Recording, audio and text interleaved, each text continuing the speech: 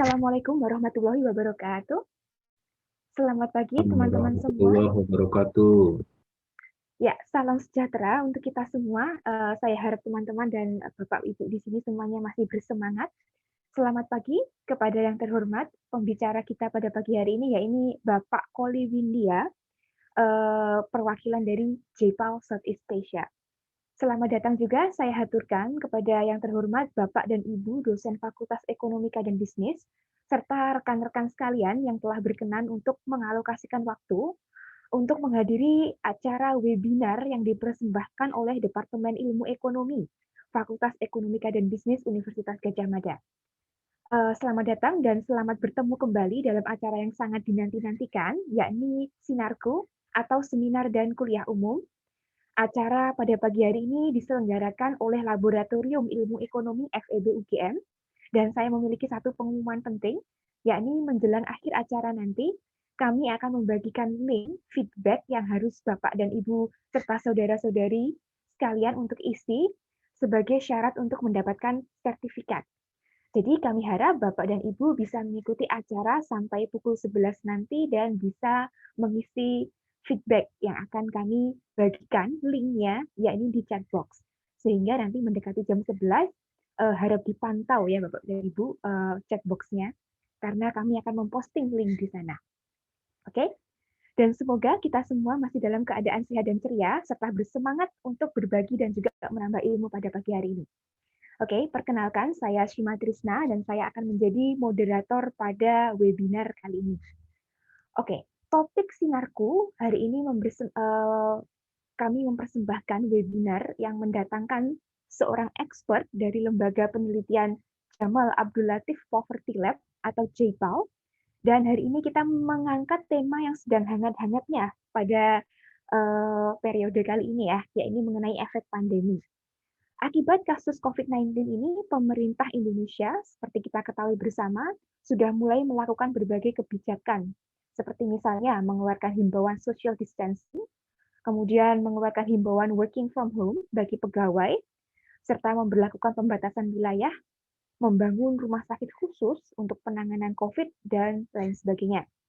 Well, dengan adanya kebijakan pemerintah ini, serta situasi yang semakin genting, tentunya memberikan dampak bagi masyarakat, baik masyarakat menengah ke atas maupun masyarakat kalangan elit, seperti itu ya.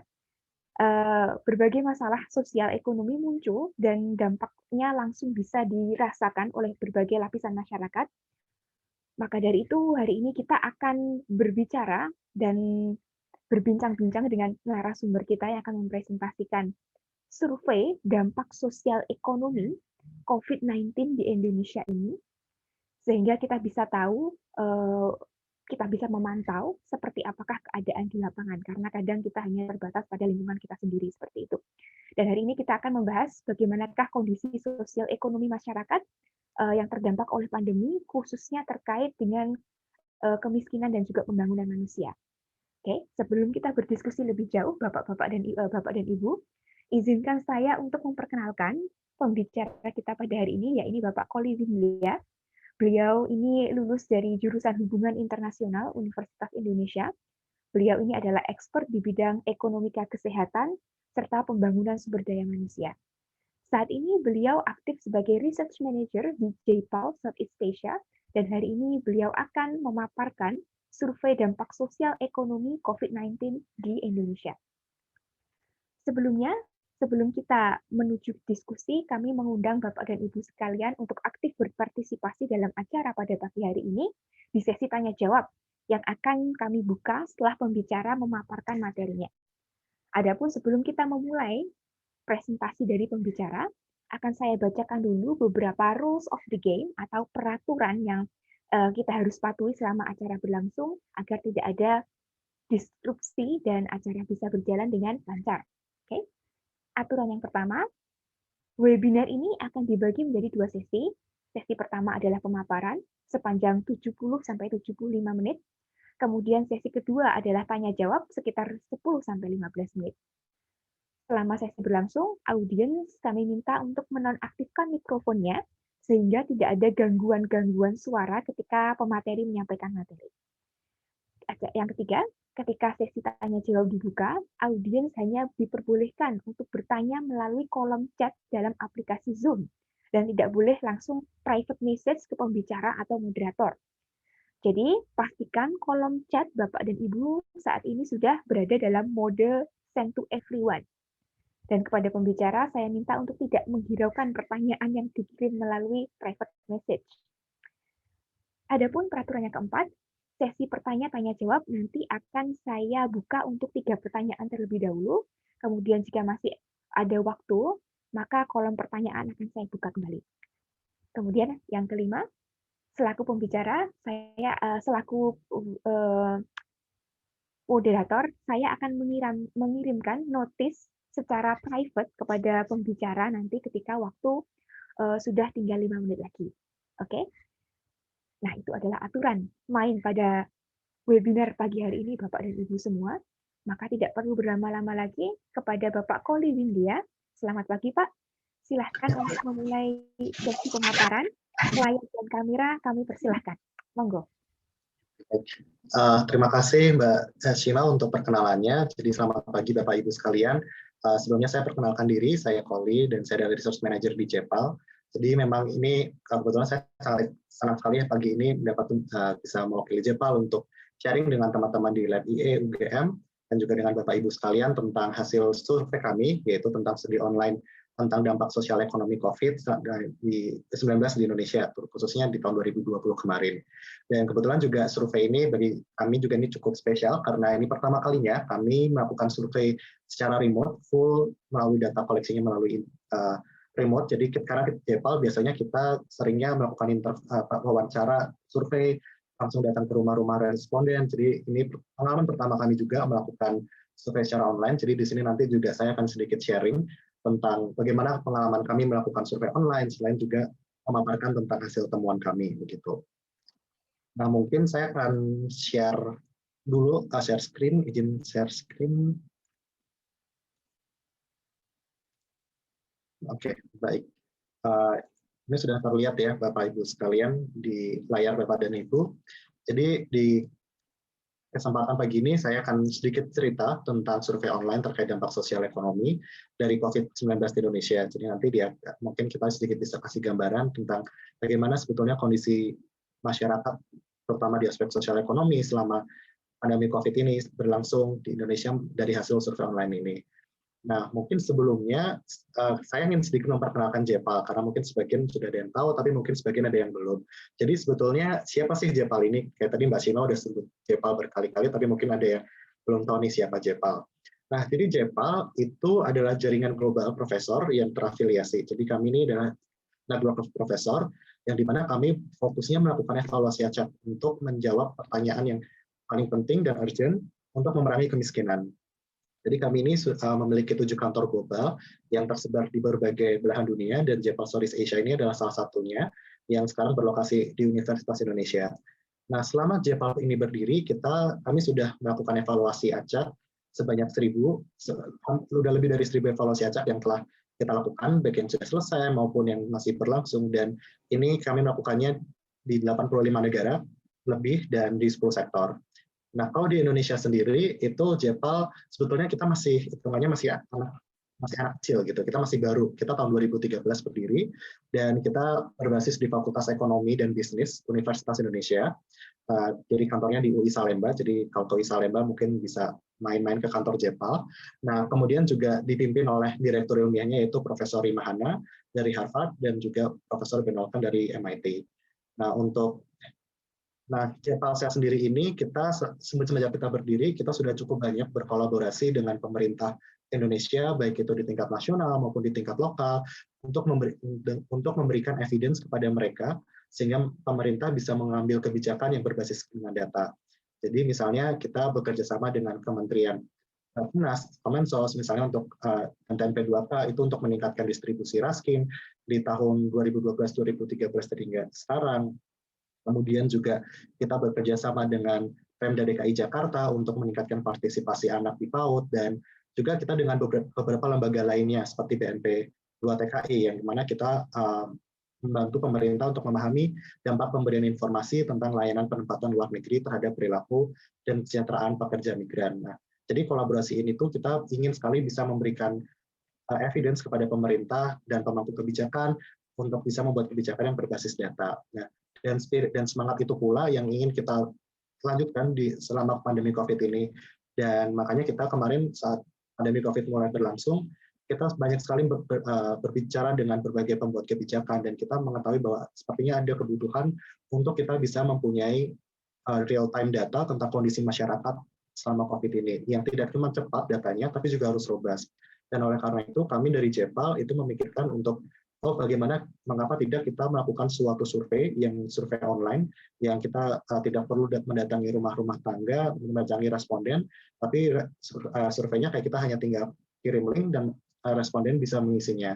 Sehingga kita bisa memberikan data yang real time kepada pemerintah, pemangku kebijakan lain untuk membuat kebijakan bagaimana menghadapi COVID. Nah, di sesi ini saya akan banyak berbicara tentang survei online ini. Jadi kita akan ada 2 bagian di presentasi saya. Yang pertama itu adalah tentang gambaran singkat survei. Jadi akan sedikit cerita tentang mengapa kita melakukan survei online ini, bagaimana survei online ini berjalan, dan apa saja manfaat dan mungkin hambatan yang kami hadapi saat melakukan survei online ini. Dan bagian kedua, kami akan banyak berbicara tentang temuan, jadi akan membahas tentang ketenagakerjaan, kerawanan pangan, migrasi, kemudian program bantuan pemerintah, dan juga perubahan perilaku hidup sehat. Nah, mungkin sekarang kita masuk ke bagian pertama, yaitu gambaran singkat survei. Jadi, survei ini dipimpin oleh Profesor Benolkan dan Profesor Primahana, dan juga survei ini merupakan kolaborasi antara JEPAL dan IPOD dalam proses kegiatannya. Jadi ini adalah kolaborasi dari berbagai pihak.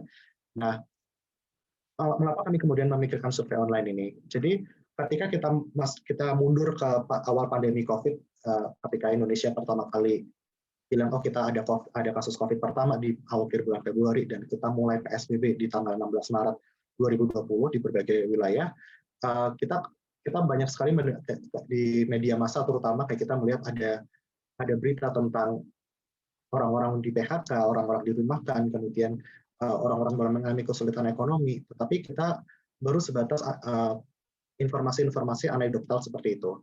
Dan tapi kita ingin tahu sebetulnya bagaimana sebetulnya kondisi masyarakat selama COVID ini. Apakah memang orang-orang yang di PKH ini terjadi di berbagai wilayah, atau apakah ini terjadi di semua aspek, dan itu hal yang ingin kita ketahui. Karena kita ingin memastikan bahwa ketika pemerintah itu membuat kebijakan terkait COVID, pemerintah betul-betul pemerintah dan lembaga-lembaga terkait itu melihatnya berdasarkan data yang bisa menggambarkan kondisi masyarakat. Dan oleh karena itu kita memutuskan untuk kita membuat survei online ini yang dimana kita bisa menghasilkan data yang real time dan juga robust untuk pengambilan keputusan.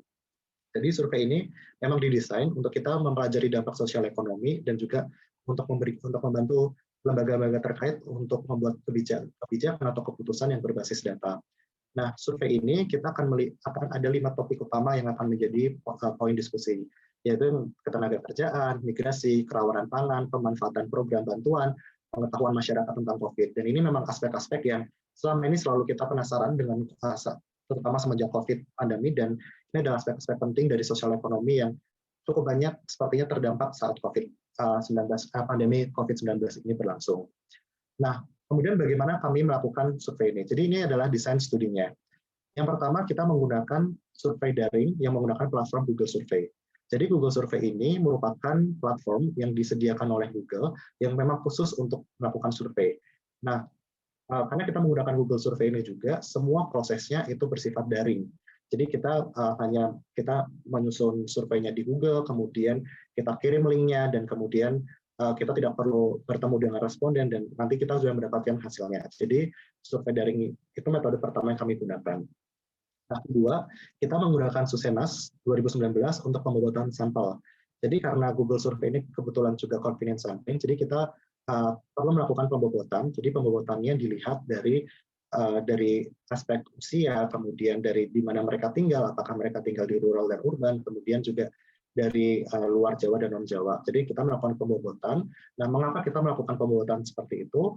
Karena kita ingin memastikan bahwa survei yang kita lakukan itu dapat memperkirakan demografi masyarakat Indonesia. Karena kita ingin kita ingin melihat, karena tujuan dari survei ini tadi untuk melihat bagaimana kondisi masyarakat Indonesia, jadi kita berusaha bagaimana caranya biar survei ini itu bisa representatif, bisa cukup untuk memperkirakan kondisi di masyarakat Indonesia-nya. Nah, selain itu, survei ini kita juga menanyakan pertanyaan-pertanyaan atau indikator-indikator yang serupa dari minggu ke minggu. Jadi survei ini dibagi menjadi beberapa gelombang, dan semua gelombang itu menanyakan hal yang sama. Nah, kenapa kita menanyakan hal yang sama? Karena kita ingin melihat bagaimana tren di masyarakat. Akhirnya melihat tren yang terjadi di masyarakat. Jadi bagaimana misalnya kondisi ketenagakerjaan di gelombang pertama survei, kemudian kita lihat bagaimana di tren di gelombang kedua survei. Jadi seperti itu. Jadi makanya kita nanti akan di presentasi di bagian temuan itu akan lebih banyak melihat grafik-grafik yang menunjukkan perubahan dari minggu ke minggu. Begitu. Karena kita ingin melihat bagaimana tren-tren itu berubah. Nah, kemudian juga survei ini juga menyertakan pertanyaan untuk membandingkan kondisi sebelum COVID-19, yaitu parameter kita akhir Februari 2020, karena kasus pertama COVID di Indonesia itu kan kalau tidak salah akhir Februari atau awal Maret gitu. Nah, kemudian PSBB dimulai di 16 Maret. Jadi kita ingin melihat perbandingan kondisi seperti itu. Dan semua grafik di sini menggunakan confidence interval 95%. Terkait dengan responden, siapa saja responden kita? Jadi respondennya ini berasal dari seluruh provinsi di Indonesia. Jadi survei online kami berhasil mengumpulkan data dari 34 provinsi di seluruh Indonesia, dan survei total respondennya adalah 6.000 responden. Tetapi 6.000 itu kita bagi menjadi beberapa gelombang.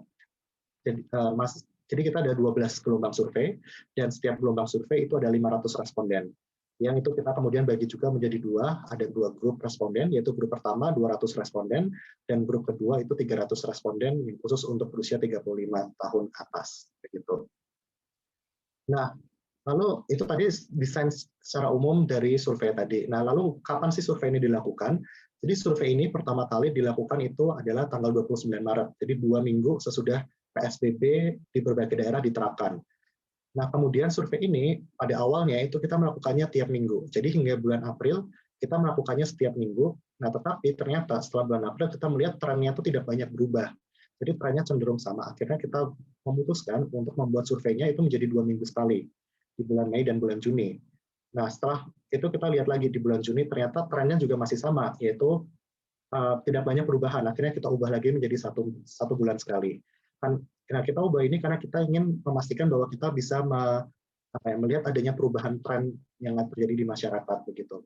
Nah, selain itu juga secara teknis juga kami sempat mengalami sedikit kendala semenjak bulan Juli akhir, karena ternyata tadinya ketika Google Survei ini kita melakukan di minggu awal 500 responden per minggu, itu kami berhasil mengumpulkannya dalam waktu 1 minggu.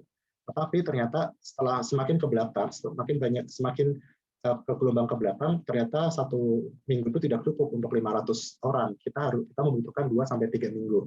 Dan alhasil surveinya kita menjadi 1 bulan sekali. Begitu.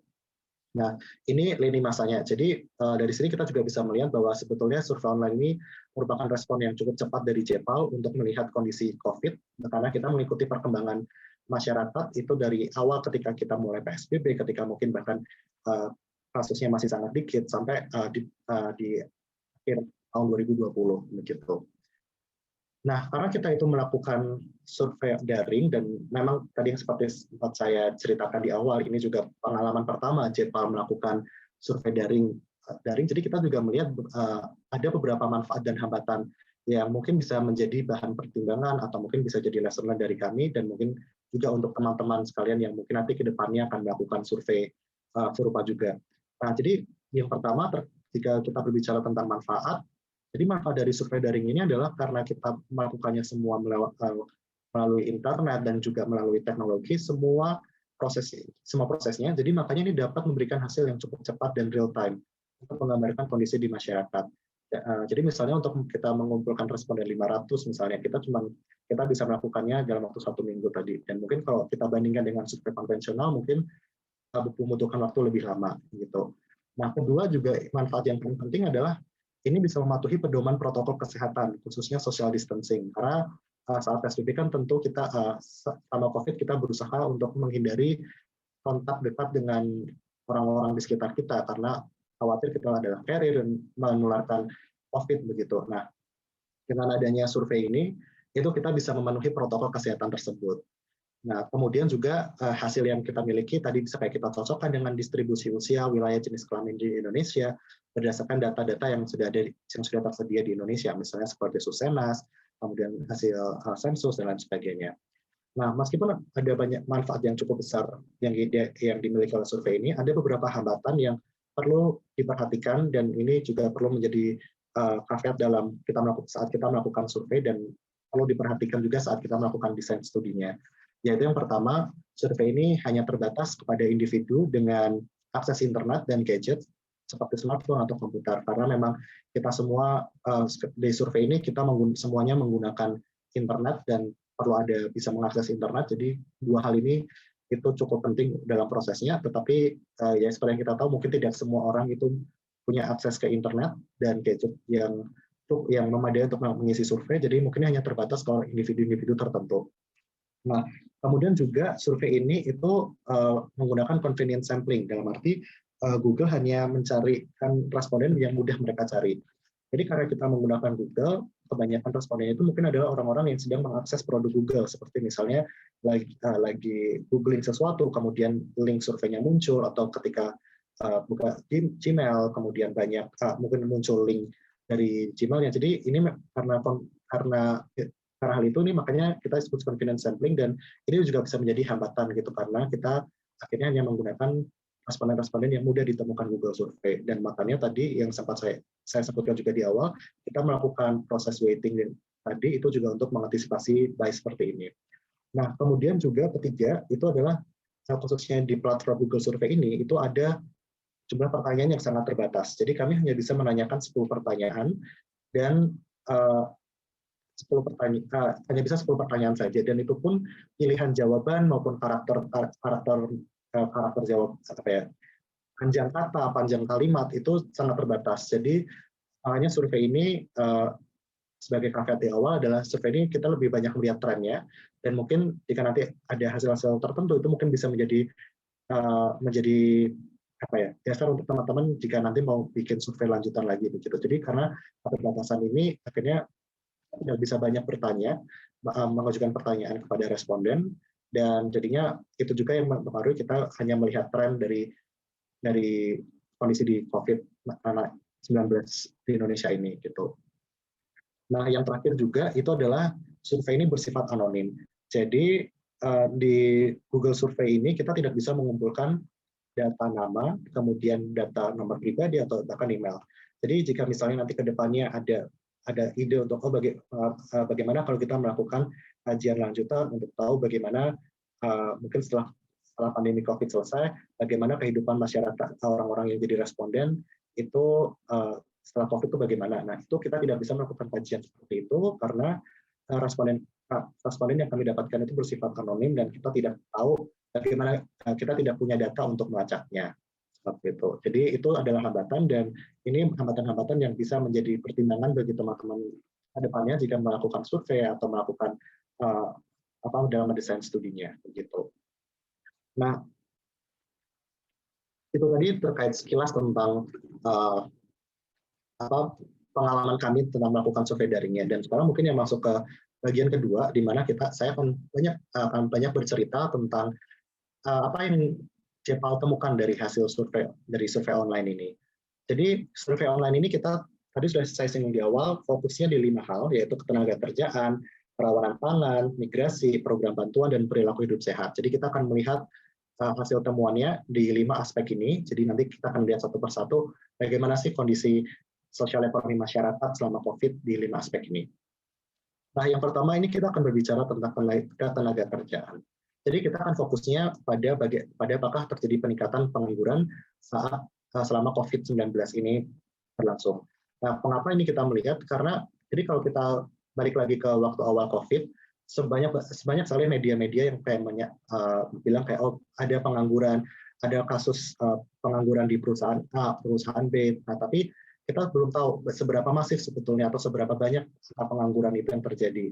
Dan makanya di survei online ini kita mau jadikan ini salah satu topik utama karena kita ingin tahu bagaimana COVID ini berdampak terhadap ketenagakerjaan. Terlebih ada beberapa sektor-sektor yang mungkin tidak bisa beroperasi secara full seperti sebelum COVID karena ada tuntutan seperti social distancing atau PSBB dan lain sebagainya. Jadi kita ingin melihat, jadi bagaimana COVID ini, bagaimana sektor tenaga kerjaan selama COVID ini. Nah, di survei ini kami bertanya kepada responden, apakah Bapak kita bertanya apakah Ibu dan Bapak bekerja setidaknya 1 jam hari secara berturut-turut di beberapa waktu ke belakang. Saat kita adalah 1 minggu terakhir. Nah, dari pertanyaan itu kita mendapati bahwa ternyata tingkat pengangguran, baik itu laki-laki dan perempuan, dilaporkan cukup tinggi, yaitu 63% di minggu ke-30. Meskipun angka ini kita sempat mengalami angka yang cukup tinggi, yaitu di minggu ke-10 itu 73%, dan sekarang mengalami penurunan, tetapi angka ini masih tinggi di 63%. Jadi 63% responden mengaku bahwa mereka kehilangan pekerjaannya.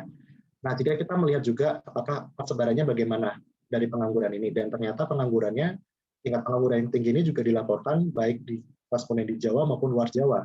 Jadi tidak ada cukup perbedaan signifikan antara keduanya di Jawa dan luar Jawa ini.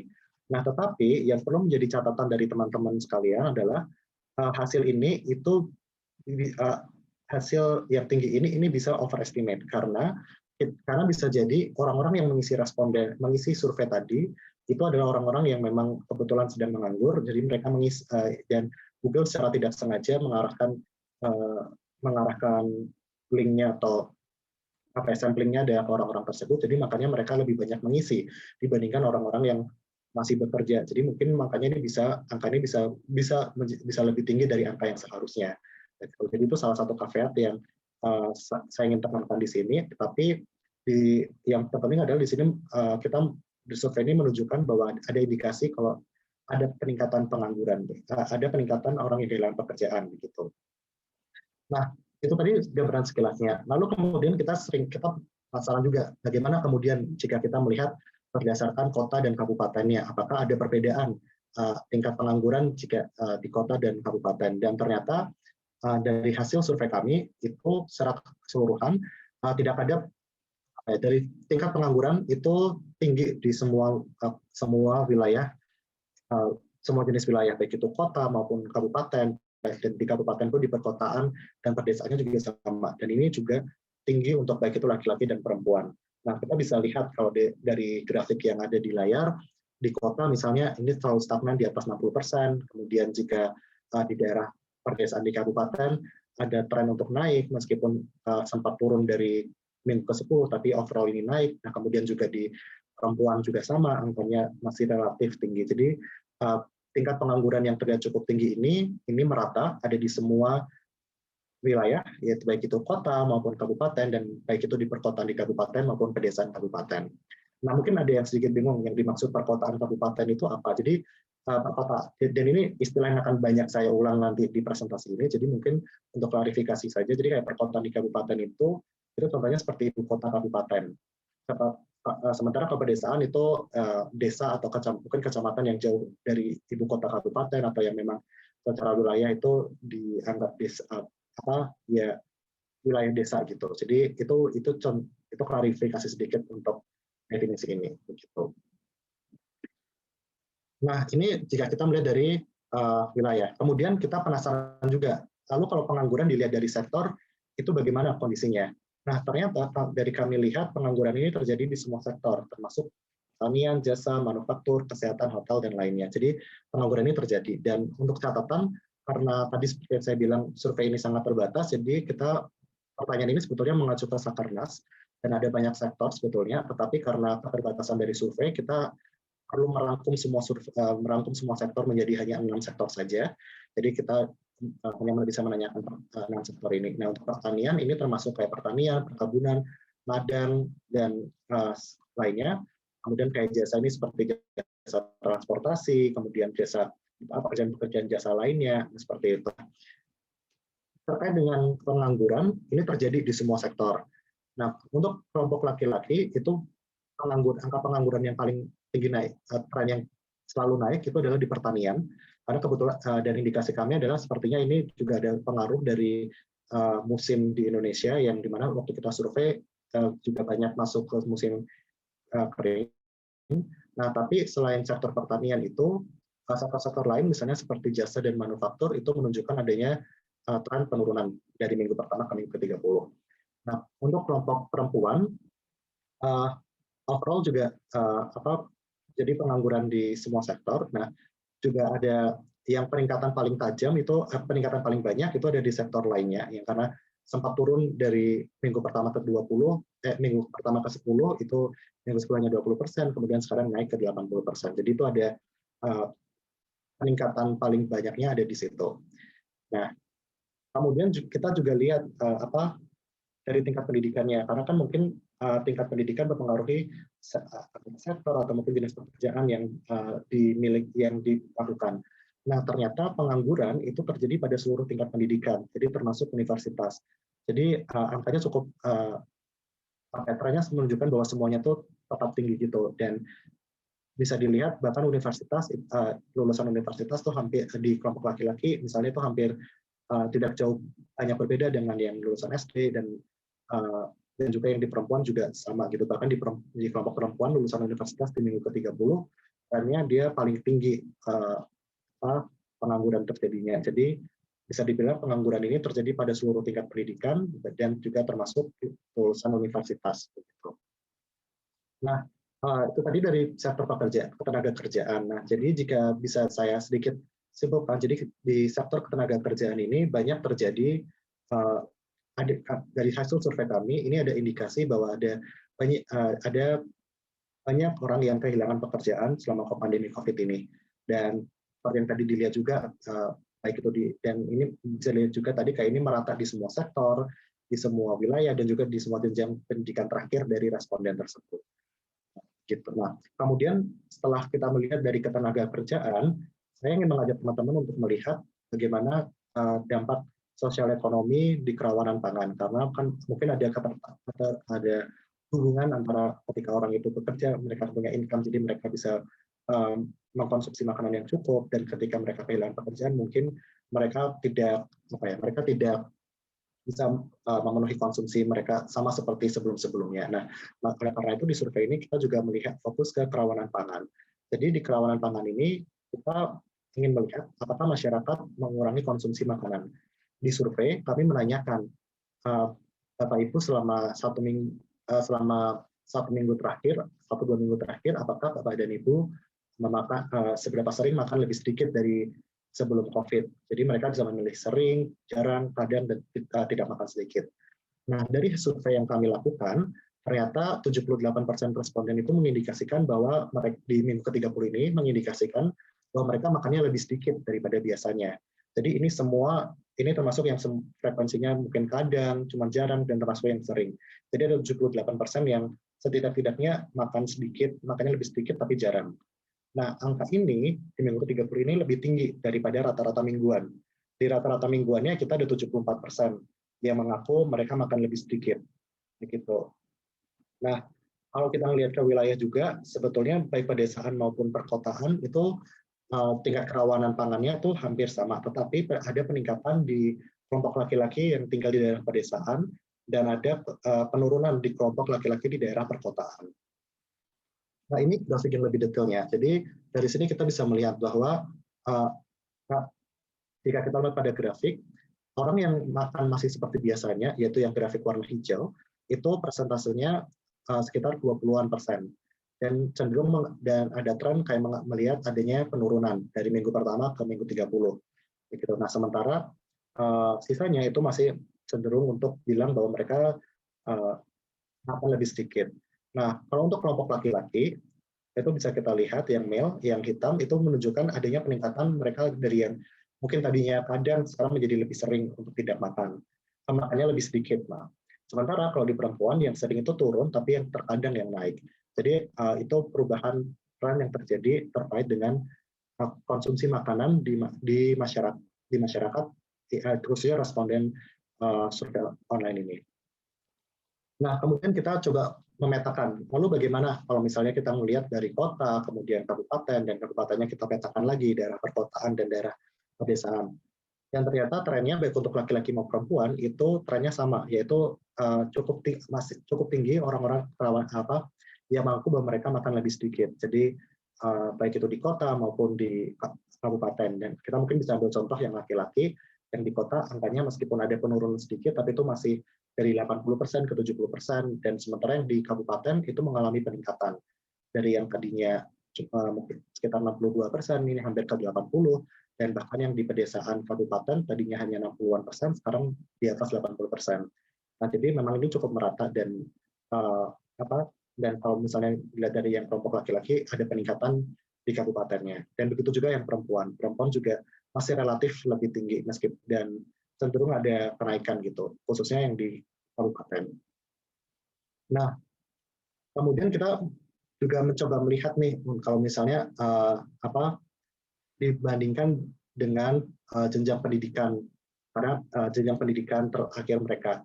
Nah, dari sini kita melihat ternyata dari survei yang kami lakukan, orang-orang dengan jenjang pendidikan SD dan SMP itu mereka kerawanan pangannya lebih tinggi, lebih banyak yang melaporkan kerawanan pangan dibandingkan mereka yang jenjang pendidikannya SMA atau kuliah D1 dan hingga S3. Jadi di sini bisa dilihat angkanya kalau yang di kelompok laki-laki maka ada peningkatan dari minggu 1 ke 30 dan semuanya masih di atas 80%. Sementara kalau untuk yang perempuan juga sama, sekarang di angka 84%. Jadi kerawanan pangan ini sangat tetap tinggi, terutama untuk mereka yang jenjang pendidikannya rendah seperti SD dan SMP. Dan kalau dilihat grafiknya memang cenderung turun kalau semakin tinggi jenjang pendidikannya. Gitu. Nah, tadi itu sekilas tentang kerawanan pangan. Jadi selama COVID ini dari hasil survei kami menemukan bahwa kerawanan pangan itu masih tinggi, dan dan bahkan mencapai lebih dari 70% responden mengaku kalau mereka makannya lebih sedikit daripada sebelum COVID begitu. Nah, kemudian juga yang aspek yang masih berhubungan yaitu tentang migrasi dengan ketenagakerjaan. Jadi kita juga melihat bagaimana COVID-19 ini, bagaimana kondisi migrasi selama COVID-19 ini. Kita ingin melihat apakah selama COVID masyarakat itu berpindah tempat tinggal atau tidak. Karena bisa jadi orang-orang yang kehilangan pekerjaan itu mereka memutuskan untuk kembali ke rumah keluarga mereka, di rumah keluarga mereka, atau mereka mencari tempat tinggal yang lebih mungkin secara biaya hidup mungkin lebih rendah, dan hal seperti itu yang mungkin bisa terjadi selama pandemi COVID ini. Jadi dan juga tidak memungkiri bahwa ada PSBB dan restriction lainnya yang membuat orang-orang mungkin mereka harus segera pindah dan sebagainya. Nah, kita ingin melihat di hasil survei ini bagaimana kondisi migrasi masyarakat selama pandemi COVID ini. Nah, dari survei kami, ternyata kami mendapati kalau ternyata pada minggu ke-30 ini sekitar sepertiga responden yang itu mengaku mereka tinggal di daerah yang berbeda dengan tempat tinggal mereka sebelum krisis COVID-19. Dan setiap minggu pertama, migrasi ke daerah rural kabupaten itu semakin meningkat. Jadi mereka lebih ke daerah pedesaan di kabupaten itu semakin banyak. Sementara migrasi ke wilayah urban dan kabupaten itu menurun gitu.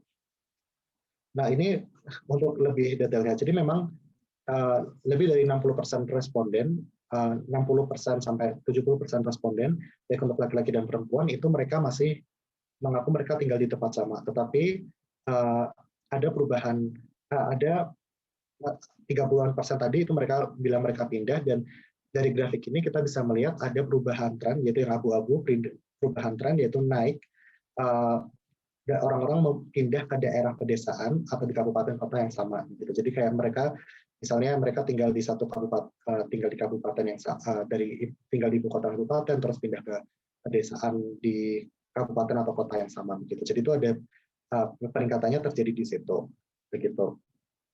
Nah, lalu karena tadi kita juga memahami kayak bisa jadi orang-orang ini berpindah tempat tinggal karena mereka ada faktor pekerjaan yang mempengaruhi, misalnya seperti mereka yang mungkin terjadi bisa saja kayak mereka kehilangan pekerjaan atau mereka mendapatkan pekerjaan yang baru gitu selama COVID ini. Nah, kemudian kita mencoba melihat dari sektor pekerjaannya, dan ternyata hampir banyak sektor itu, hampir semua sektor itu menunjukkan adanya pindahan di minggu 1 hingga minggu 30.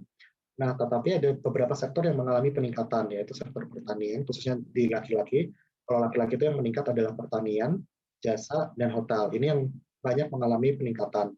Dan khususnya untuk hotel, angkanya naiknya cukup banyak juga, mulai dari yang tadinya hanya 40%, kemudian pindah menjadi hampir 70% begitu.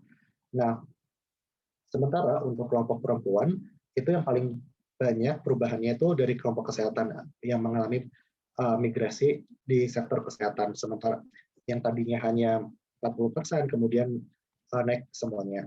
Begitu. Nah, sementara beberapa sektor juga ada yang menurun, tapi tidak banyak sektor, tapi tidak terlalu banyak. Begitu. Nah, kemudian kita juga mencoba melihat, lalu kalau tadi kita melihatnya dari pekerjaan, kemudian kita mencoba untuk melihatnya dari sisi jenjang pendidikan terakhir yang dimiliki oleh responden. Nah, migrasi seperti yang dilihat terjadi di semua sektor, di semua jenjang pendidikan terakhir yang tertinggi. Nah, tapi yang di sini yang peningkatannya paling banyak itu terjadi di kelompok orang-orang dengan jenjang pendidikan D1, D2, dan D3. Baik itu untuk kelompok laki-laki maupun perempuan. Jadi kalau untuk kelompok laki-laki, dia naiknya cukup hampir 2 kali lipat trennya, sementara kelompok perempuan tadinya sekitar hampir 30%, kemudian sekarang menjadi 40%. Tapi itu ada peningkatan, dan ini melihat adanya peningkatan.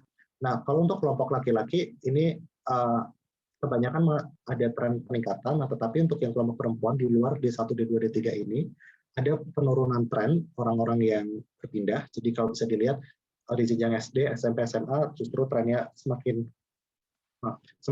sedikit yang melakukan migrasi selama di COVID ini. Gitu. Nah, itu dari jejak migrasi. Nah, kemudian kita juga ingin melihat, karena di awal kita melihatnya mungkin ada banyak COVID, banyak orang yang kehilangan pekerjaan, kerawanan pangan tinggi, dan pemerintah juga mulai berpikir banyak program-program bantuan pemerintah yang diberikan. Kita ingin melihat sebetulnya bagaimana masyarakat ini memanfaatkan program bantuan pemerintah dalam kondisi COVID ini. Mengingat banyak dari mereka yang juga kehilangan pekerjaan atau tingkat kerawanan pangan mereka yang juga cukup tinggi begitu. Nah, jadi kita melihat pertanyaan penting yang kita tanyakan di sini adalah apakah masyarakat menggunakan program bantuan pemerintah. Jadi kita di survei kita menanyakan apakah ibu bapak menggunakan salah satu program pemerintah dalam 4 minggu terakhir. Nah, di sini program pemerintah yang kita tanyakan kepada responden itu adalah ini semua. Nah, tapi karena tadi keterbatasan tempat di Google Survey, jadi kita kelompokkan seperti ini. Kelompok pertama itu adalah BPNT, PKH, dan program sembako. Kemudian yang kedua itu adalah BPJS Kesehatan. Ketiga adalah BPJS Ketenagakerjaan. 4 kredit usaha rakyat, dan kelima bantuan daerah. Jadi bantuan daerah ini semua bantuan yang inisiatifnya dari pemerintah daerah gitu. Nah, secara keseluruhan ternyata 63% laki-laki dan 60% perempuan itu menerima setidaknya salah satu program pemerintah. Jadi mereka bisa aja jadi kebetulan di survei ini kami membebaskan mereka untuk memilih lebih dari satu program pemerintah yang mereka gunakan. Jadi misalnya responden itu mendapatkan 3 BPNT, BPJS Kesehatan, sama kredit usaha rakyat misalnya. Mereka boleh memilih 3 pilihan tersebut. Begitu. Nah, jadi secara keseluruhan ternyata 63% itu setidaknya menerima salah satu nih dari 5 kelompok program bantuan ini. Nah, tapi lalu detailnya bagaimana sebetulnya kayak dari kelompok-kelompok ini. Nah, kalau dari sini kalau dilihat dari jenis program bantuannya, yang paling mencolok itu adalah yang warna orange. Mungkin kalau teman-teman lihatnya, karena itu adalah kelompok yang tidak menerima bantuan. Jadi proporsinya dia itu ada kurang lebih 30 di minggu pertama, terus naik menjadi 40% di kelompok laki-laki, dan kalau di perempuan hampir 50% itu mengaku mereka tidak menerima bantuan. Nah, tapi lainnya itu dari 60 itu tadi bisa dilihat kayak jumlahnya itu misalnya ada 21% laki-laki dan 21% perempuan yang kayak melaporkan mereka pakai asuransi kesehatan pemerintah kayak itu BPJS Kesehatan misalnya. Jadi itu masih ada di situ. Nah, tapi beberapa trennya turun. Tapi yang di sini yang trennya yang terlihat meningkat itu adalah baik itu di laki-laki maupun perempuan adalah bantuan daerah. Dan juga yang trennya naik juga itu adalah yang tidak menerima bantuan tersebut. Nah, kemudian kita mencoba untuk memaparkan berdasarkan jenis kita ingin melihat kalau kita mau fokus ke orang-orang yang mereka mengaku kehilangan pekerjaan, bagaimana sih pemanfaatan program pemerintah mereka. Nah, dari sini kayak kita bisa lihat bahwa sebetulnya pemanfaatan programnya itu masih bisa dibilang rendah. Karena misalnya kayak ini sebagai contoh, dari BPNT itu hanya kurang dari 30% yang menggunakan PPNT misalnya, PPNT sembako dan PKH. Jadi bahkan untuk kelompok laki-laki ada penurunan dan proporsinya itu lebih tinggi untuk di kelompok yang kehilangan pekerjaan ini yang tidak menerima bantuan. Jadi kalau tidak menerima bantuan di sini ada hampir 40% orang yang kehilangan pekerjaan yang mengaku mereka tidak menerima bantuan. Gitu. Jadi di kelompok ini pemanfaatan program pemerintahnya masih bisa dari hasil survei kami itu bisa dilihat itu bisa dikatakan rendah begitu Bapak Ibu. Nah kemudian jika kita melihat dari berdasarkan daerahnya, jadi kita ingin melihat di kota, wilayah kabupaten dan wilayah pedesaan. Nah, yang menarik di sini adalah untuk kelompok-kelompok seperti orang-orang yang mengaku memanfaatkan BPNT, BPJS, kesehatan dan ketenaga kerjaan, itu banyak sekali yang mengaku memanfaatkannya. Lebih banyak yang mengaku memanfaatkannya mereka tinggal di kota atau wilayah perkotaan. Sementara mereka yang tinggal di wilayah perdesaan di kabupaten itu mereka cenderung bilang lebih jumlahnya lebih dikit untuk mereka yang bilang mereka memanfaatkan tersebut. Nah, kemudian jika kita melihat mereka yang tidak dapat, angka ini sebetulnya lebih banyak di wilayah kabupaten jika dibandingkan dengan kota. Jadi orang-orang responden dari yang tinggal di kabupaten, baik itu wilayah perkotaan dan pedesaan, mengaku banyak tidak memanfaatkan program pemerintah, salah satu program pemerintah. Jadi seperti itu persebarannya. Nah, yang juga jadi itu adalah gambaran sekilas tentang cakupan program pemerintah berdasarkan dari wilayah tempat tinggal responden tersebut. Nah, jadi bisa dibilang bahwa masih sedikit, sekarang setidaknya sudah banyak orang yang mulai menggunakan program pemerintah, tetapi masih banyak juga dari responden kami yang mengaku mereka tidak mendapatkan program pemerintah sama sekali, baik itu program dari pusat maupun dari daerah. Nah, sekarang kita akan masuk ke topik yang terakhir, yaitu yang tentang perilaku hidup sehat. Jadi, kita ingin mengetahui sebetulnya apakah masyarakat itu patuh nih dengan social distancing dan menjaga sanitasi. Karena seperti kita tahu bersama, seperti yang kita ketahui bersama, dua hal ini merupakan salah satu pencegahan untuk kita bisa mencegah kita dari COVID dan persebaran COVID. Jadi, kalau kita patuh social distancing, itu orang-orang kita bisa mengurangi exposure orang terhadap virus dan juga kalau menjaga sanitasi itu dan menjaga sanitasi juga gitu. Nah, jadi kita menanyakan kepada responden dari apakah ibu bapak saudara melakukan perubahan perilaku hidup, khususnya social distancing dan sanitasi. Nah, di sini social distancing yang dimaksud itu adalah tidak berkumpul bersama tetangga, kemudian tidak bertemu hangout dengan teman-teman, kemudian juga tempat pencucian baju umum kayak misalnya MCK atau MCK umum itu mereka dijadwalkan, ada jadwalnya jadi untuk mengurangi bertemu dengan orang. Sementara kalau menjaga sanitasi kita fokusnya di penggunaan cuci tangan atau hand sanitizer, kemudian juga penggunaan masker begitu. Nah, responden ini bisa memilih lebih dari satu, dan dari hasil survei kami itu ternyata dari minggu ke minggu 73% responden melaporkan perubahan perilaku terkait kebersihan pribadi. Jadi ada 73% yang mengaku mereka, saya sekarang lebih banyak mencuci tangan, saya lebih menggunakan masker gitu. Nah, tapi yang mengaku menggunakan social distancing itu hanya 21%. Jadi hanya 21% orang yang mengaku mereka mengurangi bertemu dengan hangout dengan orang atau bertemu dengan tetangga. Nah, dan ini ternyata itu juga mirip antara Pulau Jawa dan luar Jawa. Jadi angkanya tidak jauh berbeda. Jadi di baik di Jawa maupun luar Jawa, orang lebih banyak untuk yang lebih mengubah perilaku kehidupan kesehatan kebersihan pribadi mereka dibandingkan social distancing. Nah, untuk daerah perkotaan dan pedesaan ini juga sama, ada indikasi yang sama. Orang-orang juga di kota dan desa ternyata sama-sama lebih banyak merubah perilaku kebersihan pribadi dibandingkan social distancing. Nah, yang cukup menarik dari hasil kami di minggu ke-30 ini adalah ada penurunan tren social distancing yang cukup besar yang terjadi di kelompok laki-laki berusia 18 sampai 34 tahun.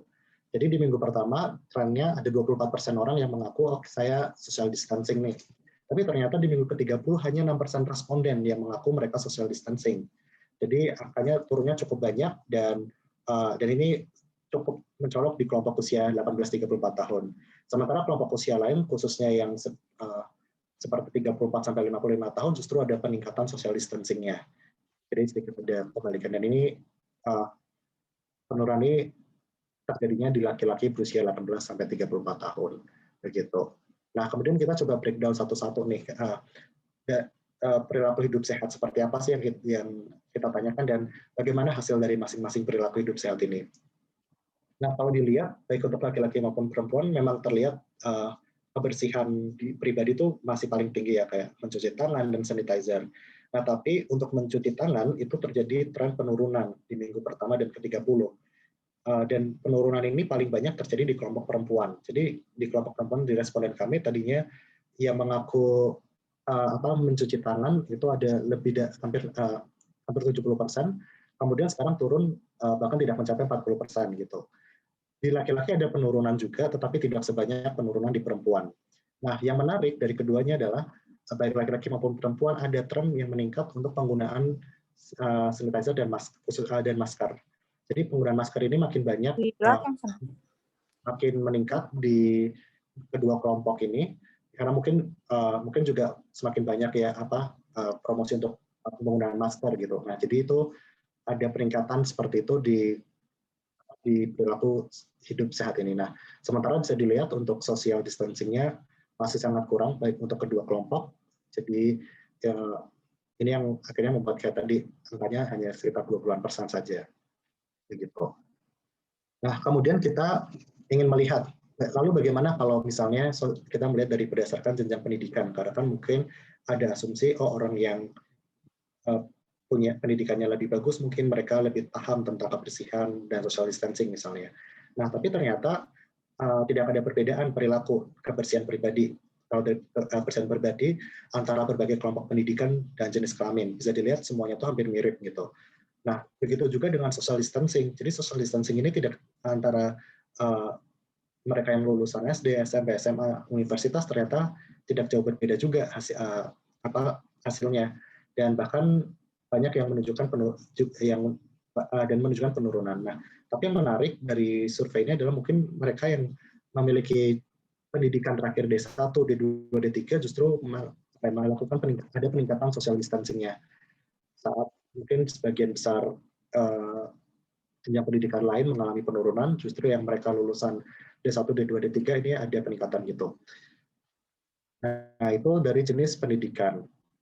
Nah, jadi itu tadi hasil dari survei kami. Jadi jika dilihat dari hasil yang terakhir yaitu yang social distancing tadi, kita bisa melihat bahwa ternyata untuk kita mendorong untuk adanya social distancing itu masih orang-orang masih banyak yang tidak melakukan dan mereka lebih cenderung ke kebersihan pribadi. Nah, itu tadi hasil yang tadi menutup keseluruhan hasil dari rangkuman hasil survei online kami, dan mungkin setelah ini bisa kita diskusi lebih lanjut tentang mungkin jika ada teman-teman atau Bapak Ibu yang ingin ditanyakan, mungkin bisa saya persilahkan.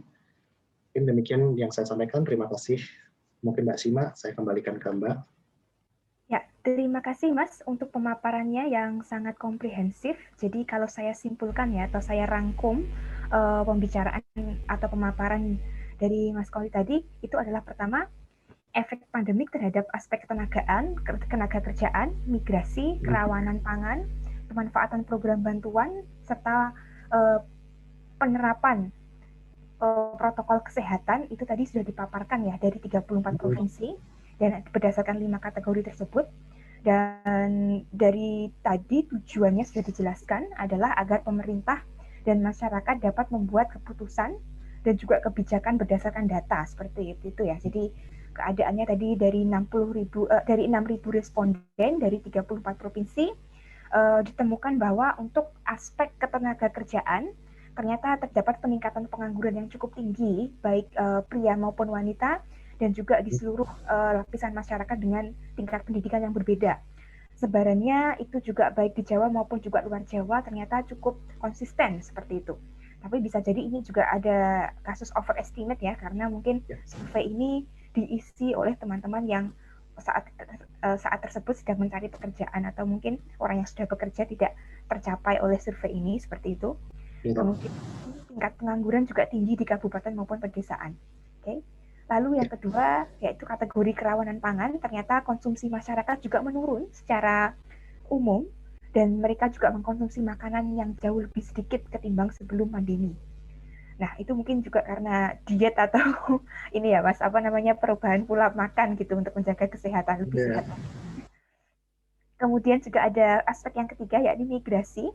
Dan kemudian tadi ditemukan bahwa migrasi ternyata mengalami peningkatan khususnya dari wilayah urban ke wilayah rural ya.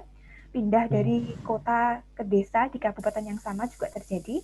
Dan migrasi ini untuk sebagian besar terjadi untuk mereka yang bekerja di sektor tani, jasa, dan juga perhotelan. Migrasi ini juga mempengaruhi perempuan, utamanya yang bekerja di sektor kesehatan, melonjak cukup tinggi tadi dilambangkan oleh kurvanya. Kemudian yang keempat yaitu program bantuan pemerintah yang meliputi 5 hal tadi yang seperti BPJS Kesehatan, kemudian juga kredit usaha rakyat dan lain-lain. Ternyata adanya peningkatan bantuan pemanfaatan yang diberikan oleh pemerintah tersebut. Angkanya juga cukup oke tadi, akan tetapi lebih banyak ternyata yang melaporkan mereka itu tidak menerima bantuan dari pemerintah. Jadi mungkin ini ada mungkin ada yang tidak tahu cara mengaksesnya seperti apa atau siapa yang berkualifikasi untuk ke sana. Kemudian tingkat pemanfaatan program tersebut juga masih rendah secara umum. Cakupannya ternyata lebih besar di perkotaan dan juga masyarakat yang tinggal di desa ternyata tidak banyak mengakses bantuan yang disediakan oleh pemerintah ini. Kemudian yang terakhir itu adalah result mengenai perilaku hidup sehat. Ternyata 73% responden melakukan perubahan perilaku terkait kebersihan pribadi, baik di Jawa maupun di luar Jawa, baik di kota maupun juga di wilayah pedesaan. Ada penurunan tren social distancing, utamanya untuk pria usia 18-34 tahun. Kemudian mencuci tangan juga mengalami tren yang menurun, utamanya di kalangan responden perempuan. Meskipun juga antara laki-laki dan perempuan juga mengalami penurunan, tapi perempuan lebih banyak seperti itu. Tapi untuk penggunaan masker makin meningkat antara kelompok pria dan wanita. Lalu aspek yang lain selain menjaga kebersihan pribadi itu adalah social distancing. Ternyata masih sangat kurang baik antara kedua gender maupun untuk lapisan pendidikan yang berbeda seperti itu. Jadi tidak ada perilaku perbedaan antara tingkat pendidikan dan juga gender. Akan tetapi kalau kita breakdown lebih dalam lagi datanya, ternyata mereka yang berpendidikan D1, D2 sampai dengan D3 itu mereka menunjukkan tren kepatuhan perilaku hidup sehat yang lebih ketat ketimbang mereka yang S1, S2 maupun S3 seperti itu. Nah, baik tadi pemaparannya oleh pembicara sudah sangat lengkap sekali. Sekarang saya akan buka sesi tanya jawab untuk kepada partisipan yang ada pada sesi webinar pada pagi hari ini. Ya, silahkan untuk dituliskan melalui chat box. Ini saya buka untuk 3 penanya utama, ya. Ini di sini ada 1 pertanyaan yang sudah masuk. Ya, ini dari Bapak Ahmad Yusron. Beliau ingin bertanya, Mas, bagaimana dalam mengatasi COVID-19 yang terjadi meledaknya PHK di semua pekerjaan di Indonesia? Lalu solusi pemerintah selain memberikan BLT, apalagi kira-kira terobosan dalam mengatasi hal tersebut? Bagaimana Mas? Apakah bisa dijawab? Silahkan. Ya, baik. Terima kasih Mbak Shima dan Pak Ahmad Yusron untuk pertanyaannya. Jadi mungkin ini Jadi terkait dengan pertanyaan Pak Ahmad Yusron tentang ya bagaimana mengatasi COVID-19 terjadi meledaknya PHK. Jadi mungkin saya tidak bisa spesifik menjawab bahwa harus apa dan apa karena memang itu kita dalam survei ini kita tidak bisa menggali itu lebih lanjut. Tapi mungkin mungkin ada kajian lebih lanjutan dengan lanjutan dari survei yang kami lakukan. Misalnya tadi seperti kan ada hasil seperti ternyata ada beberapa sektor pekerjaan yang mereka ada peningkatan yang tinggi dan lain sebagainya. Mungkin kita bisa melihat terlebih dahulu di sektor-sektor tersebut itu mendalami lebih lanjut bagaimana kehilangan pekerjaan di sektor-sektor tersebut. Jadi mungkin baru bisa merumuskan apa yang bisa dilakukan oleh pemerintah dengan adanya meledaknya PHK ini. Karena memang survei karena mungkin karena untuk mengatasi meledaknya PHK ini kan mungkin butuh evidence atau data yang lebih komprehensif lagi kan. Jadi kayak itu mungkin untuk sekarang mungkin saya cuma baru bisa bilang seperti itu saja. Jadi mungkin perlu ada kajian lebih lanjut dan mungkin memang mungkin yang bisa dilakukan lainnya ya memastikan orang-orang bisa mengakses bantuan-bantuan tadi mungkin lebih lanjut karena tadi ternyata masih banyak juga orang-orang yang mungkin tidak bisa yang belum memanfaatkan PLT-nya begitu. Jadi mungkin untuk sementara jawaban saya itu dulu.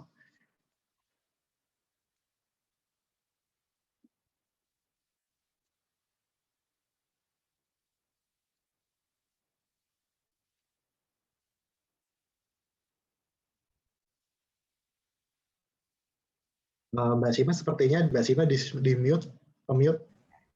Ya, maaf. Oke, terima kasih pada Mas Koli dan juga terima kasih kepada Pak Ahmad Yusron untuk pertanyaannya. Semoga tadi jawabannya Mas Koli itu bisa memuaskan pertanyaan Bapak Yusron ya. Nah, mari sekarang kita move on ke pertanyaan yang kedua dari Bapak Ramdan Fauzi. Selamat pagi Pak Koli. Saya izin bertanya, apakah adanya peningkatan pengangguran bisa diatasi dengan diberlakukannya Undang-Undang Cipta Kerja? Wah, ini sesuatu yang aktual dan hot, Mas. Silahkan pendapat Mas Koli sebagai seorang researcher. Ya, sebenarnya kalau ditanya apakah pengangguran bisa diatasi dengan diberlakukannya Undang-Undang Cipta Kerja, dari saya belum ada definite answer, jawaban yang pasti, Mbak. Jadi kayak memang kita harus kaji terlebih dahulu dan kita perlu melihat dulu nih sebetulnya bagaimana pengangguran ini apa yang mendalami lebih lanjut, mungkin perlu ada kajian lebih lanjut tentang mengapa ada pengangguran ini selama COVID dan kemudian kita mungkin bisa melihat nanti bagaimana undang-undang cipta kerjanya diterapkan begitu. Jadi memang mungkin itu yang bisa kita tahu dulu karena kan karena kita perlu tahu dulu nih seperti apa kondisi betul-betul di lapangannya karena kalau kita mendasarkan pada hasil survei tadi itu kan sebetulnya kita baru menunjukkan indikasi dan trennya saja dulu, Mbak. Jadi kita perlu tahu lebih lanjut lagi bagaimana kondisi di lapangannya dan lebih lanjut. Jadi mungkin jika untuk menjawab pertanyaan ini mungkin mungkin teman-teman mungkin bisa melakukan riset lebih lanjut lagi untuk tahu bagaimana kondisi di Indonesianya gitu tentang terkait dengan pengangguran ini, gitu, Mbak. Dan Pak Ramdan. Oke, siap. Jadi ini bisa jadi kayak inspirasi kita untuk riset gitu ya, Mas ya. Jadi iya, tidak betul. hanya dari lembaga riset tapi juga bisa dari inisiatif individu. Oke, terima kasih. Semoga itu bisa menjawab pertanyaan Mas Ramdan Fauzi. Ini kita ada pertanyaan lagi dari Mas Muhammad Ridwan. Ini ada 2 macam pertanyaan, Mas, mengenai teknik survei atau metodologi surveinya sendiri. Pertanyaan yang pertama adalah, bagaimana memastikan bahwa survei ini tidak terjadi bias? Karena kan dia dari online ya, jadi orang bisa mengisi 2 kali mungkin.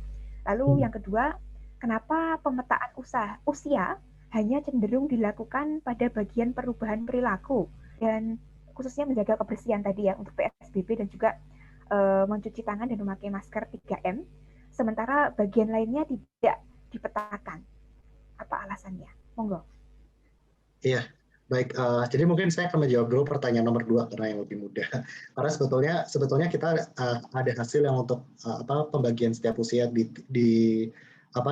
untuk aspek-aspek lainnya. Cuman karena kebetulan untuk presentasi ini itu kan kita dari keterbatasan waktu ya. Jadi kita nggak bisa memaparkan semua. Cuman nanti mungkin di akhir kami bisa share hasil yang fullnya, Mas Muhammad Ridwan, untuk hasil seluruhnya. Jadi di situ kita juga ada pembagian berdasarkan usianya.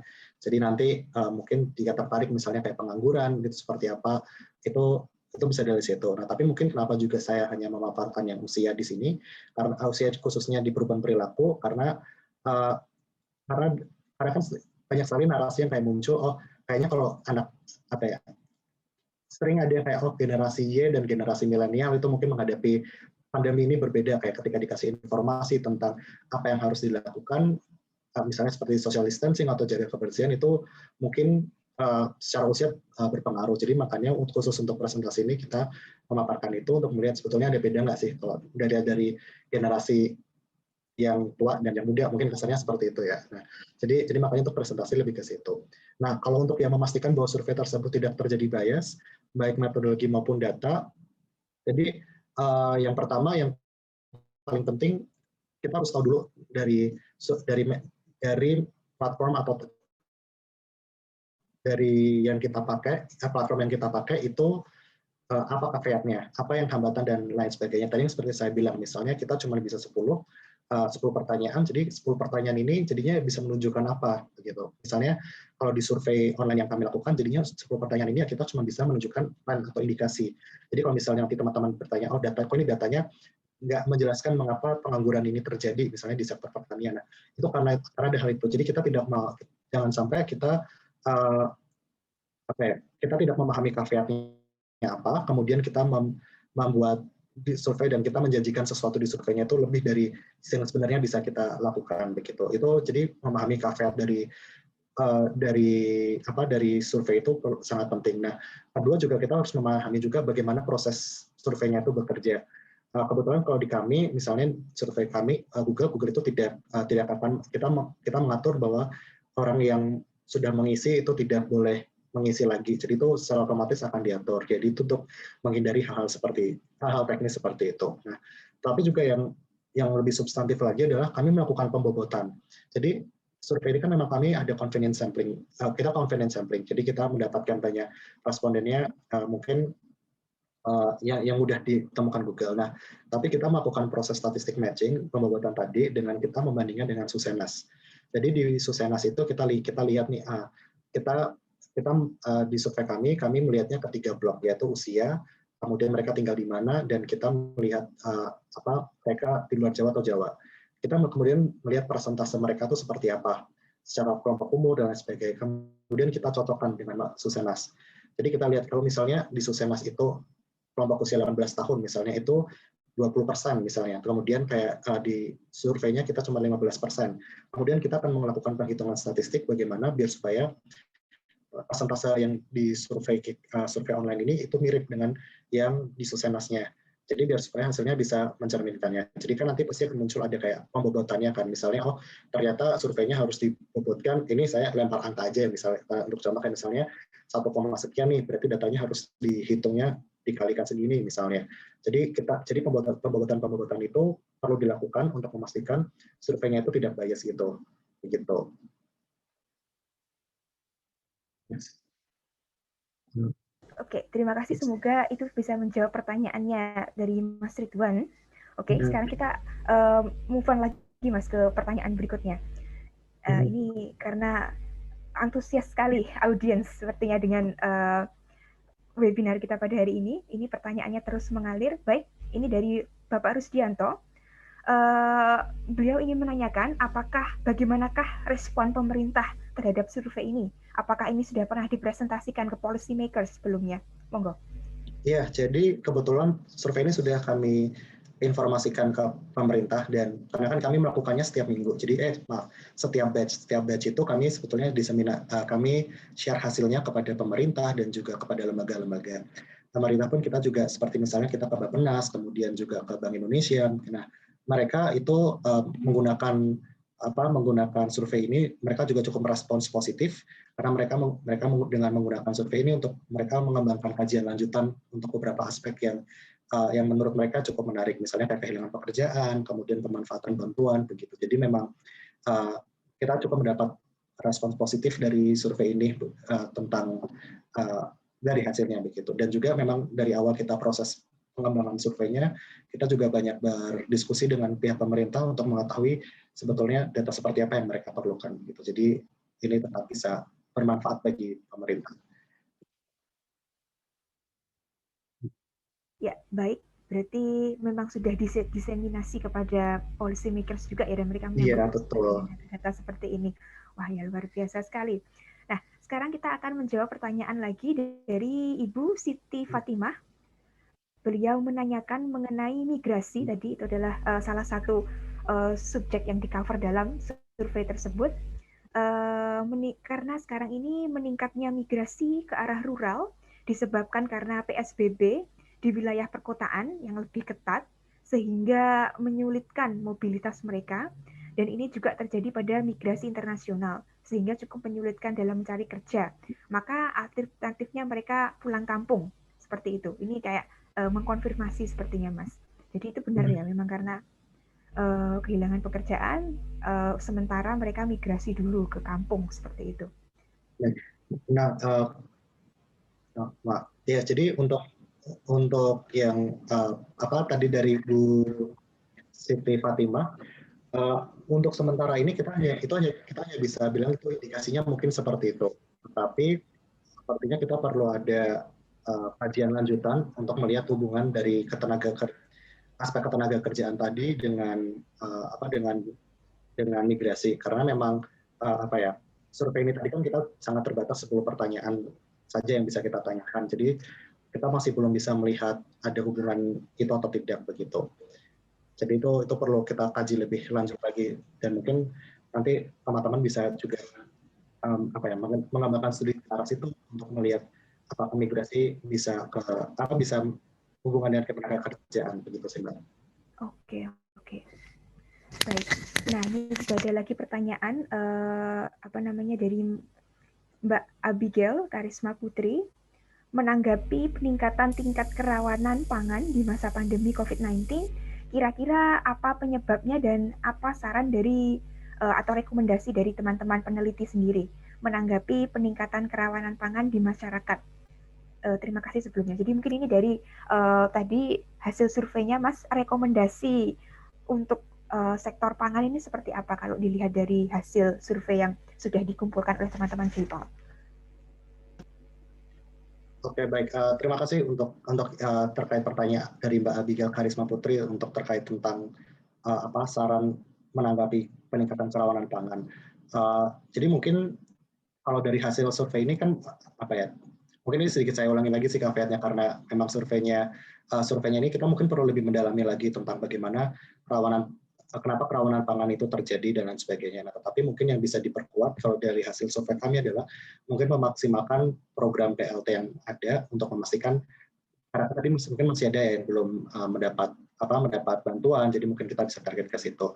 Mungkin untuk sekarang itu, tetapi mungkin ini perlu juga kajian lebih lanjut lagi, karena yang spesifik tentang kerawanan pangan tadi, karena kan tadi kita memang hanya melihat tren bagaimana kerawanan pangan yang terjadi selama COVID, tapi kita mungkin belum dari survei ini kami memang belum mendalami mengapa kerawanan pangannya terjadi, apakah memang karena kehilangan pekerjaan karena COVID atau bagaimana, atau memang jadi mungkin ada perubahan konsumsi dan lain sebagainya. Itu mungkin yang perlu diperdalami lebih lanjut lagi, Mbak Sima. Cuman untuk sementara jawabannya lebih ke arah situ dulu, kayak PLT atau maksimalkan program bantuan pemerintah yang ada. Oke, baik, siap. Jadi sekarang ini saatnya adalah untuk memaksimalkan bantuan itu supaya sampai sasaran seperti itu ya untuk fokusnya ke depan. Nah, oke, Mas, ini ada juga pertanyaan lanjutan dari Bapak Rusdianto tadi. Nanti apakah dilakukan agregasi dengan mancanegara? Ini mungkin maksudnya adalah mungkin ya, ini saya menebak apakah ada penyelarasan atau adaptasi peraturan atau policy making yang dibuat di luar negeri kemudian diadaptasi di Indonesia seperti itu. Jadi apakah ada harmonisasi seperti itu antara kebijakan di Indonesia dengan luar negeri untuk mengatasi pandemi ini secara umum mungkin? Oke, mungkin kalau terkait itu saya mungkin tidak bisa banyak menjawab ya Mbak Sima, karena mungkin itu bukan di ranah saya, karena terkait harmonisasi ini kan karena kan kami lebih fokusnya ke bagaimana melihat dampak COVID-nya, kemudian kira-kira melihat apa yang bisa pemerintah Indonesia lakukan untuk kondisi yang terjadi di sosial ekonomi. Nah, mungkin kalau terkait harmonisasi antara kebijakan luar negeri dan kebijakan negara-negara lain dan juga Indonesia, itu mungkin saya bukan orang yang tepat untuk menjawab itu, tapi mungkin tentunya kondisi apapun itu akan sangat berpengaruh dalam dinamika pembuatan kebijakan, tapi mungkin saya hanya bisa menjawab sebatas itu sih, Mbak, sepertinya. Oke. Iya. Iya, iya. Ini memang perlu kerjasama dari semua negara ya, Mas. Karena kan ini selama pandemi juga terjadi deglobalisasi. Sebelumnya kita global, bekerja sama, ada deglobalisasi karena sekarang kita lebih fokus ke negara masing-masing. Jadi mungkin itu akan jadi apa ya, tugas kita semua nanti untuk riset kalau mekanisme harmonisasi seperti apa kayak gitu. Oke, terima kasih untuk jawabannya, Mas Koli.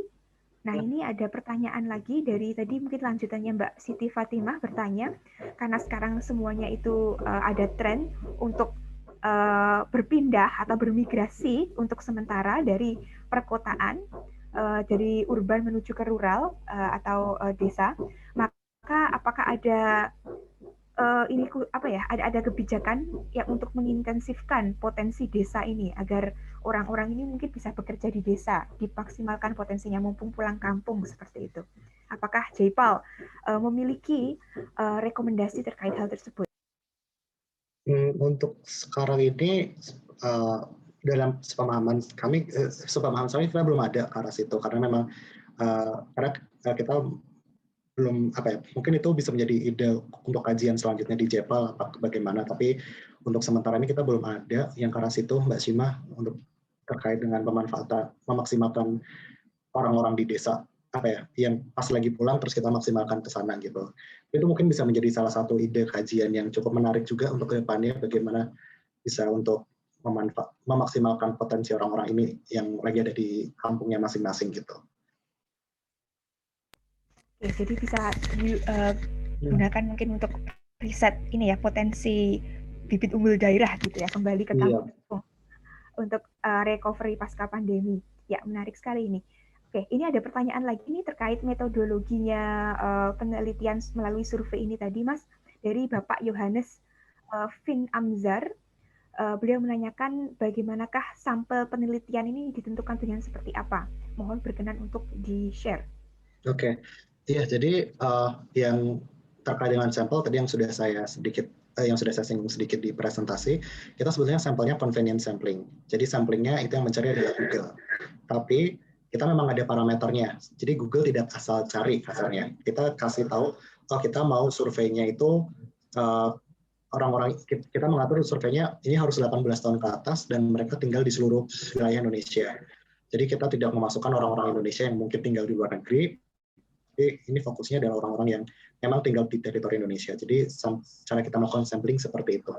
Jadi memang kita serahkan kepada Google, mau sebenarnya kemana, yang penting memenuhi parameter kami gitu. Karena seperti yang saya bilang di presentasi tadi juga, ini surveinya convenient sampling, jadi kita serahkan gimana Google enaknya carinya.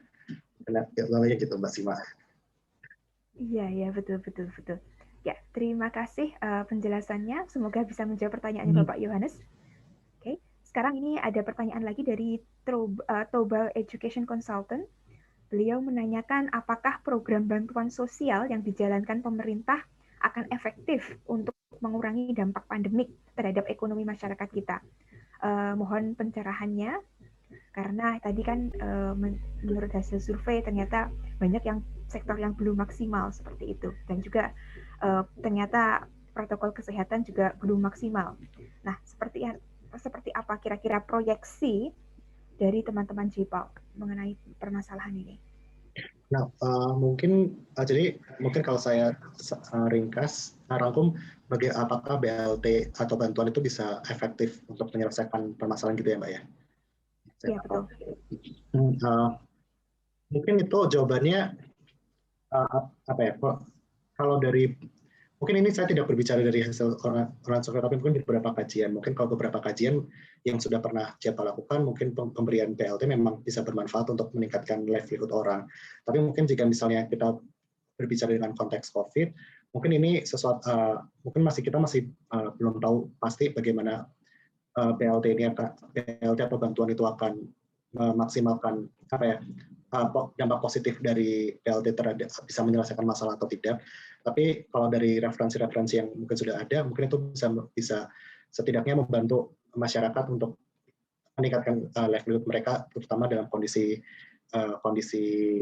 yang seperti kondisi COVID atau pandemi seperti ini sih, Mbak.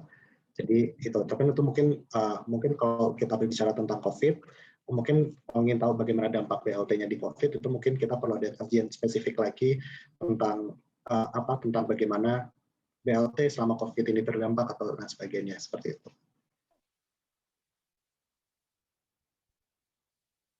Ya, terima kasih penjelasannya Mas Koli. Ada pertanyaan lagi dari Mbak Nadia Windy Putri. Beliau menanyakan bagaimanakah upaya yang dilakukan untuk menambah jumlah responden. Apakah JPAL sudah reaching out mungkin kepada petugas yang ada di kabupaten misalnya, atau mungkin officer yang ada di pemerintah. Dengan demikian mungkin lebih banyak responden yang bisa dijaring seperti itu. Ya, jadi khusus untuk survei online ini, karena survei online ini kita menggunakan platform Google, jadinya kita memang hanya memanfaatkan responden yang ada di Google. Jadi seperti saya bilang convenience sampling tadi. Jadi ketika kita mau menambah responden, itu memang ketika kita nambah responden ya kita tinggal mengatur di Google kalau kita misalnya mau nambah responden. Nah, cuman memang kadang kita memang cukup membatasi responden ini juga karena ternyata kita akhirnya berhenti di week 12 juga karena ternyata makin sulit nih kita mendapatkan responden dari Google. Dan juga kalaupun misalnya kita harus menambah dari, misalnya nih kita, mungkin ada usul, kenapa tidak kita menambah, kita Google-nya jalan, terus tetap ada, terus mungkin ada survei kita outreach ke orang lain. Nah, itu mungkin akan mengubah metodologi yang kita punya. Jadi kita pun akhirnya tetap stick kepada Google dan kita juga akhirnya ya kita menggunakan metode confidence sampling-nya Google tadi. Jadi kita tetap di situ. Jadi ya memang akhirnya kita akan terbatas karena makin lama makin sulit, tapi kita demi untuk memastikan metodologinya tetap sama, juga kita tetap menggunakan Google gitu. Oke, terima kasih untuk penjelasannya, Mas. Semoga bisa diterima dengan baik oleh Ibu Nadia. Sekarang kita melangkah ke pertanyaan berikutnya, yaitu dari Bapak Juan Palens. Beliau menanyakan, apakah responden yang diisi tadi, yang mengisi survei tadi, itu juga mengcapture migrasi internasional. Ini seputar kaitannya dengan pahlawan devisa, Mas. Jadi kan ada juga banyak pekerja dari Indonesia yang bekerja di luar negeri, kemudian juga terpaksa harus saat ini repatriasi ke Indonesia dikarenakan mereka mungkin sedang ada break begitu di negara yang mereka bekerja. Ini mengcapture itu juga atau tidak? Iya, jadi di survei ini itu bisa saja tercapture, tapi memang di survei ini kita tidak spesifik apakah dia bermigrasi dari luar negeri atau dari luar negeri atau dalam negeri. Jadi kita memang lebih melihatnya dia pindahnya ke kota atau ke desa atau kabupaten. Jadi kita melihatnya lebih ke situ sih, Mbak. Jadi memang mungkin bisa jadi tercapture, tapi mungkin itu tidak eksplisit karena kita memang karena tadi keterbatasan dari Google Survey ini kita harus berpikir mana yang bisa kita tanyakan, jadi kita bertanya secara general gitu tadi. Oke, baik, terima kasih pemaparannya, Mas. Ini juga ada satu pendapat dari Mbak Fitria WOD. Beliau mengatakan bahwa dugaan overestimasi tadi ya, ada beberapa bagian dalam survei tersebut yang kira-kira mungkin datanya teroverestimate paling tinggi. Itu bisa terjadi pada hasil survei untuk program bantuan pemerintah. Sekiranya itu bisa jadi fokus kajian lebih lanjut mengingat pentingnya efektivitas dan efisiensi pengangguran anggaran pemerintah. Jadi ya setuju saya. Memang itu bisa jadikan dasar untuk memperbaiki kinerja. Betul, Mbak Sima dan tadi Mbak siapa yang memberikan pertanyaan ya? Mbak Fitria. Mbak Fitria Waude ya. Jadi betul Mbak Fitria Waude. Jadi memang akan ada dugaan overestimate untuk program bantuan ya, karena memang survei kami itu bisa, dan saya setuju dengan idenya Mbak Fitria Waude, itu mungkin bisa menjadi kajian lebih lanjut untuk melihat efektivitas dari program dana bantuan sosial, efektivitas dana bantuan selama selama COVID ini. Nah, karena memang di online survei ini, karena keterbatasan kami tadi, kita jadinya tidak bisa memfilter apakah orang-orang ini memang betul apakah mereka memang eligible dari awal untuk mendapatkan program pemerintah, jadi mereka tidak memanfaatkan, atau mereka memang sebetulnya dari awal tidak eligible saja untuk mendapatkan program, jadi mereka tidak memanfaatkan begitu. Nah, itu mungkin bisa terjadi overestimate seperti itu di dalam survei kami, dan memang akan sangat baik kalau misalnya ada survei-survei atau kajian lanjutan yang bisa melihat lebih detail tentang hal itu begitu. Baik, terima kasih. Semoga bisa menjawab pertanyaannya, Mbak Fitria, pernyataannya ya. Oke. Nah, sekarang ada pertanyaan lagi dari Bapak Rusdianto. Ini mungkin menanggapi diskusi kita yang tadi. Beliau ingin memperjelas pertanyaannya. Untuk peneliti JPAL sendiri, apakah melakukan kerjasama dengan negara lain atau lembaga lain yang terafiliasi dengan JPAL seperti itu? Apakah ada koordinasi mungkin Mas dengan JPAL di Indonesia dengan JPAL di negara lain? Ya, kalau koordinasi karena kita regional office juga, jadi sebetulnya koordinasi pasti terjadi gitu, dan kita memang sering share hasil juga dengan regional office lain dan tentang bagaimana kajian-kajian yang kita lakukan. Nah, juga sebetulnya kalau tadi sempat saya singgung di awal, sebetulnya tim yang ada di JPAL ini kan juga yang kebetulan mengerjakan survei online juga cukup variatif ya, ada yang dari Amerika dan juga dari Indonesia. Jadi memang ada kolaborasi seperti itu yang terjadi di JPAL. Begitu. Oke, luar biasa. Jadi memang ini ya rekombinasi dari semua skill dan pengetahuan teman-teman yang ada di JPAL dari berbagai negara. Jadi memang sudah sangat komprehensif hasil maupun juga struktur pertanyaannya. Baik, ini ada pertanyaan lagi dari Ibu Yuka Danta. Saya ingin bertanya, Pak, menurut hasil surveinya, dampak terbesar COVID-19 bagi ekonomi Indonesia apa ya, dan kenapa? Mungkin kalau mungkin terkait dengan dampak ekonomi terbesarnya, tadi seperti yang sudah bisa dilihat dari pemaparan tadi juga, aspek ketenaga kerjaan itu kita banyak yang melaporkan kehilangan pekerjaan, kemudian juga dari kerawanan pangan banyak yang mengurangi konsumsinya. Jadi itu salah satu dampak besar, mungkin dampak yang terjadi dari COVID dan yang mungkin itu juga yang sering digaungkan di berbagai tempat juga, kayak bagaimana ketenaga kerjaan dan kerawanan pangan itu berdampak gitu. Jadi itu dua hal yang bisa terjadi. Nah, tapi mungkin untuk mengapa itu kalau mengapanya ya mungkin kalau dari survei, kalau dalam konteks survei kami memang ketenaga kerjaan dan kerawanan pangan tadi memang dua hal yang ternyata cukup banyak sekali yang masih mengalami perubahan di situ, kayak mereka kehilangan pekerjaan, kemudian juga mereka tidak mengkonsumsi makanan dengan jumlah yang sama seperti sebelum-sebelumnya. Jadi seperti itu, Mbak Sima. Baik, terima kasih untuk penjelasannya. Semoga menjawab pertanyaan dari Ibu Yuka Danta. Baik, terima kasih Mas. Ini sudah hampir jam 11, jadi kita akan melanjutkan aktivitas kita pada siang hari ini.